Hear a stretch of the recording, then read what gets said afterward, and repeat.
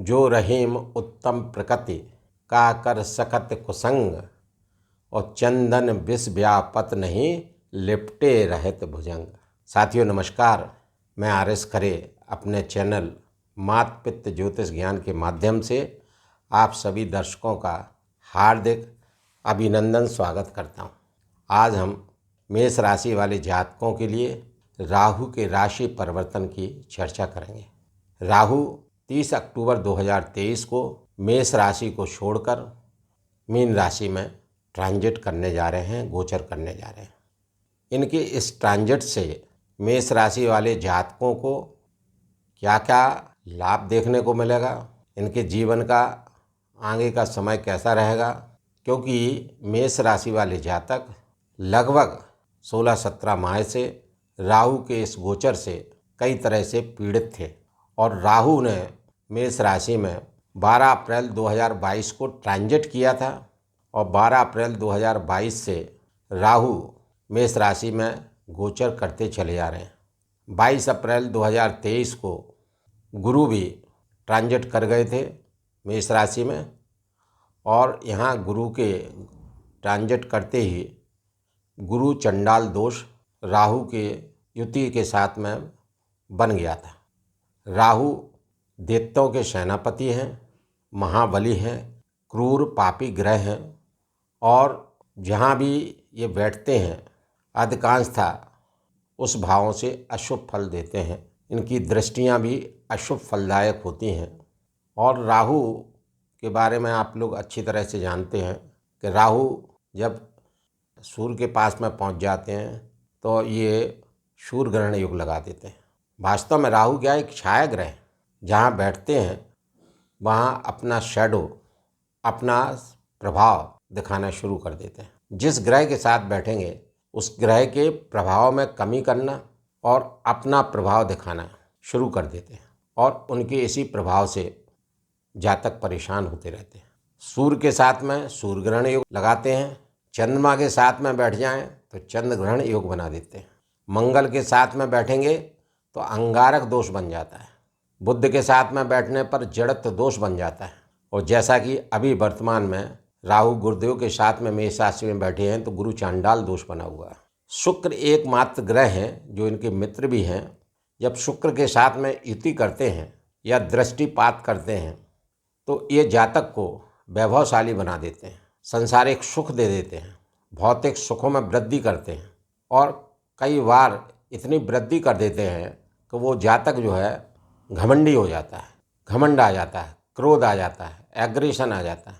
तो यहाँ भी ये कह सकते हैं कि शुक्र के साथ में भी राहु की युति अच्छी तो है, लेकिन ज़्यादा वैभवशाली होने से जातक घमंडी हो जाता है और वो अनेक तरह के गलत काम करने में लिप्त होने के चांसेस उसके हो जाते हैं।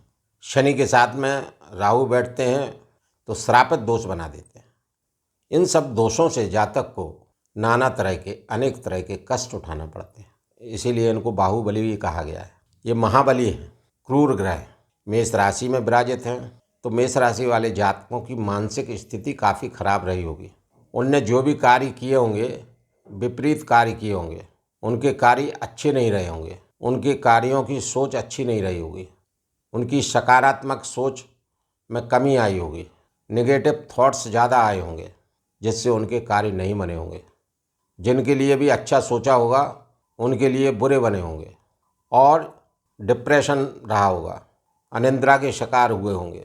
क्योंकि ये राशि पर हैं तो चंद्रमा को कमज़ोर किया होगा, क्षीण किया होगा, क्योंकि जब चंद्रमा के साथ बैठ जाते हैं तो चंद्रग्रहण दोष लगा देते हैं।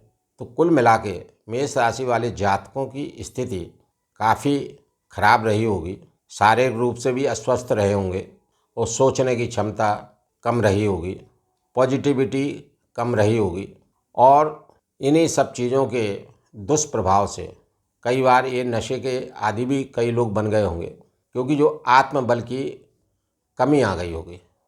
राहु बैठते हैं तो आत्मबल आदमी का कमज़ोर कर देते हैं, नाना तरह से परेशानियां देते हैं और आदमी स्ट्रेस की वजह से उसका आत्मबल कमज़ोर हो जाता है। लेकिन यहाँ पर हम ये नहीं कह सकते हैं कि सभी मेष राशि वाले जातक पीड़ित रहे होंगे। बहुत कुछ ऐसे भी होंगे जो इस गोचर में उनको काफ़ी लाभ मिला होगा। धन के भी लाभ हुए होंगे, व्यापार के भी लाभ हुए होंगे। वो इसलिए क्योंकि उनकी जो जन्म की कुंडली होगी उसमें राहु का प्लेसमेंट अच्छा होगा, उनके मित्र शुक्र शनि का प्लेसमेंट अच्छा होगा, बाकी ग्रहों की भी स्थिति अच्छी रही होगी, चंद्रमा की स्थिति काफ़ी मजबूत रही होगी, जिससे उनका मनोबल बड़ा होगा। पूर्व में मैंने बताया कि रहीम जी ने खुद समझाया है कि जो रहीम उत्तम प्रकृति का कर सकत कुसंग, अगर व्यक्ति का नेचर, स्वभाव, संस्कार उत्तम कोटि के हैं, अच्छे हैं, मन मजबूत है, दृढ़ संकल्प है, तो फिर कोई भी कुसंग उस पर हावी नहीं हो सकता। राहु को यहाँ पर हम कुसंग ही कहेंगे, क्योंकि राहु ने गुरु के साथ बैठ के गुरु चंडाल योग बनाया, गुरु चंडाल दोष बनाया, और मंगल की राशि में बैठे हैं।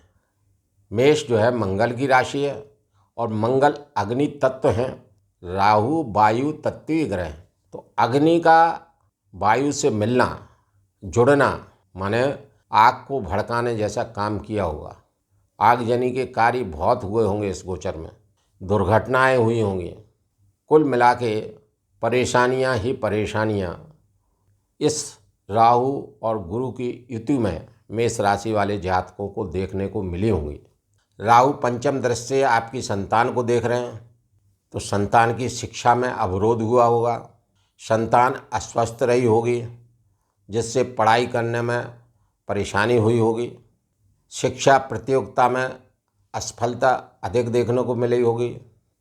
और ये पंचम भाव रिलेशन का भी भाव है, तो आपके संबंध भी खराब हुए होंगे। ये लव अफेयर्स का भी हाउस है, तो उसमें भी आपको कड़वाहट देखने को मिली होगी। आपके संबंध कई बार बीच में बिगड़े होंगे, संबंध में कटुता आई होगी। इच्छाओं का भी भाव है, तो आप कई तरह की इच्छाएं रखते होंगे कि मैं ये काम कर लूँगा, ऐसे करूँगा। वो भी आपकी प्लानिंग प्रभावित हुई होगी। आपने जो भी प्लानिंग बनाई होगी उसमें अवरोध पैदा हुआ होगा। हालांकि गुरु की दृष्टि पंचम अच्छी है, गुरु की दृष्टियां शुभ होती हैं, लेकिन राहु के बैठने से राहु क्या करते हैं, गुरु दृष्टि फल कर रहे हैं शुभ, लेकिन उसमें अड़चन पैदा कर रहे हैं। गुरु के शुभत्व को कम करने का प्रयास करते हैं, उसको कम करते हैं। काम आपके हुए भी होंगे, लेकिन बहुत अड़चनों के साथ हुए होंगे। जितनी सफलता आपको मिलनी चाहिए उतनी सफलता आपको नहीं मिली होगी, ये बिल्कुल तयशुदा बात है। आपके शादी संबंध बनते बनते बिगड़ गए होंगे, क्योंकि ये सप्तम दृष्टि से आपके दाम्पत्य जीवन भाव को भी देख रहे हैं। सप्तम भाव दाम्पत्य जीवन का भाव है, रोजगार का भाव है, पार्टनरशिप का भाव है। ये सारी चीज़ें आपकी प्रभावित रही होंगी। आपका रोजगार टूटने के कगार पर पहुंच गया होगा। जो भी आपका धंधा चल रहा होगा वो बिल्कुल मंदा हो गया होगा। आपको धन के लाभ की जगह नुकसान होना शुरू हो गया होगा और आपने रोज़गार में काफ़ी नुकसान उठाया होगा। यहाँ तक कि आपको कर्जा लेने की भी स्थिति बनी हुई होगी और आपने कर्जा लिया भी होगा। जिनके विवाह के योग बन रहे थे वो विवाह विलंब से हुए होंगे या वो विवाह अभी तक लंबित होंगे। दाम्पत्य जीवन में कड़वाहट बनी होगी, सामंजस्य बैठ नहीं पाया होगा, स्पाउस का स्वास्थ्य भी प्रभावित रहा होगा। यहाँ तक कि डिवोर्स के भी नौबत आ गई होगी, तलाक की भी नौबत आ गई होगी। और कई मेष राशि वाले जातकों के तलाक के योग बने होंगे और तलाक के प्रकरण बने होंगे। नवम दृष्टि से राहु ने भाग्य स्थान को देखा तो आपके भाग्य में कमी की होगी। आपके पिता का स्वास्थ्य भी प्रभावित रहा होगा, आपके पिता से संबंध भी खराब हुए होंगे। क्योंकि राहु की दृष्टि पंचम और नवम भाव पर पड़ रही है, तो पिता पुत्र के संबंध में कड़वाहट आई होगी, कटुता आई होगी, पिता पुत्र के संबंध बिगड़े होंगे। तो ये 16.5-17 माह में मेष राशि वाले जातकों ने राहु के इस गोचर से काफ़ी नुकसान उठाए होंगे।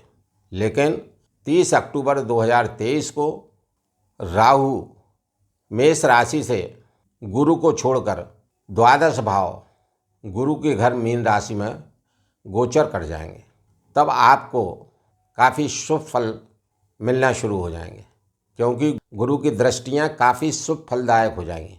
क्योंकि गुरु अकेले बैठकर अपने मित्र मंगल के घर में बैठकर पंचम दृष्टि से आपके संतान शिक्षा भाव को देखेंगे, जो कि उनके मित्र का घर है, सूर्यदेव का घर है, सिंह राशि है। तो अपने मित्र के घर को देखेंगे तो निश्चित रूप से आपकी संतान की शिक्षा अच्छी रहेगी, नौकरी के योग बनेंगे, संतान का यदि स्वास्थ्य खराब था तो संतान का स्वास्थ्य अच्छा होगा, लव अफेयर्स के जो संबंध पहले से बिगड़ गए थे उनमें सुधार होगा, और दाम्पत्य जीवन पर दृष्टि होने से आपका वैवाहिक जीवन भी अच्छा रहेगा। रोजगार के कार्य भी बनने लगेंगे, रोजगार से धन लाभ भी होने लगेगा, और जिन जिन के डिवोर्स के केस चल रहे थे उनमें अधिकांश केसों में आपको सफलता देखने को मिलेगी। सामंजस्य बनना शुरू हो जाएगा, आप सोच भी नहीं पाएंगे कि ये सब कैसे हो रहा है। और भाग्य स्थान पर दृष्टि होने से पिता का स्वास्थ्य भी अच्छा होने लगेगा, भाग्य में वृद्धि होगी, भाग्य से नाना तरह के आपके काम बनना शुरू हो जाएंगे। पूर्व में राहु की पंचम नवम दृष्टि की वजह से पिता पुत्र के जो संबंध बिगड़े थे वो संबंध सुधर जाएंगे, आपका पारिवारिक जीवन सुखमय हो जाएगा। आप यकीन नहीं कर पाएंगे कि जो आपने 16.5-17 माह में जो परेशानियां उठाई थीं या आप उठाते चले आ रहे थे, उनसे आप कैसे रिजॉल्व होते चले जा रहे हैं और कैसे लाभ आपको मिलते जा रहे हैं। मैं ये जो चीज़ें बता रहा हूँ, यदि आप लोगों को ये लगे कि ये चीज़ें घटी हैं आपके साथ, तो मैं आपसे रिक्वेस्ट करूँगा कि कमेंट्स में ज़रूर आप मुझे बताएं, ताकि इससे हमको भी मोटिवेशन होता है कि हम जो भी बता रहे हैं वो सही हो रहा है या नहीं हो रहा है, उसका प्रभाव आप पे सही पड़ा कि नहीं पड़ा। तो मेष राशि वाले जातकों का राहु ने बहुत कुछ नुकसान किया, बहुत कुछ परेशानियां दी, लेकिन 30 अक्टूबर को 2023 को राहु देव मीन राशि में गोचर कर जाएंगे। तो आपको जितनी परेशानियां ये पहले दी गई थी राहु के द्वारा, अब गुरु की दृष्टि फलों से, गुरु के शुभ दृष्टि फलों से वो सारी परेशानियां धीरे धीरे रिजॉल्व होना शुरू हो जाएंगी और शुभ फल आपको देखने को मिलेंगे। और राहु के द्वादश भाव में प्रवेश करने से भी आपको कुछ शुभ फल मिलेंगे, कुछ अशुभ फल मिलेंगे। उसके बारे में मैं वीडियो अलग से बनाऊंगा, तो उसको आप लोग देख सकते हैं। मैं ये चाहता हूँ कि राहु के इस ट्रांजिट से गुरु के शुभ फलों में और वृद्धि हो, मेष राशि वाले जातकों का माह अक्टूबर और अधिक शुभ फलदायी हो। इसके लिए यदि आप उपाय करते हैं तो आपके लिए ठीक रहेगा। तो उपाय के तौर पर आपको सूर्य को प्रातः जल अर्पित करना है, मंगल के लिए हनुमान चालीसा का नित्य पाठ करना है। चूँकि राहु का ट्रांजिट द्वादश भाव में हो जाएगा 30 अक्टूबर के बाद, तो मेष राशि वाले जातकों के लिए राहु के शुभ फल भी प्राप्त होंगे और कुछ अशुभ फल भी प्राप्त होंगे। तो उसके लिए राहु के भी उपाय करना है। तो राहु के उपाय के लिए आप मोर पंख को अपने घर पर रख सकते हैं, अपने पास रख सकते हैं, और सरस्वती जी की पूजा करना है, दुर्गा चालीसा का पाठ कर सकते हैं, और विशेष रूप से विष्णु सहस्त्र नाम का पाठ आपको निश्चित रूप से प्रतिदिन रोजाना करना है। यदि बताए गए इन सभी उपायों को आप लोग करते हैं तो निश्चित मानिए आपका यह माह अक्टूबर 2023 नहीं, आगे के सभी माह आपके लिए शुभ फलदायक होंगे। आप सभी मेष राशि वाले जातकों से मैं पुनः अनुरोध करता हूं कि कृपया वीडियो को लाइक, सब्सक्राइब एवं शेयर करते रहें, ताकि मुझे मोटिवेशन मिलता रहे आप लोगों से, और मैं और भी अच्छे ज्योतिष संबंधी ज्ञानवर्धक जानकारियाँ वीडियो के माध्यम से आप तक भेजता रहूं। और प्रभु से कामना करता हूं कि आप सभी स्वस्थ रहें, खुश रहें। इन्हीं शब्दों के साथ मैं अपनी वाणी को विराम देता हूं। धन्यवाद।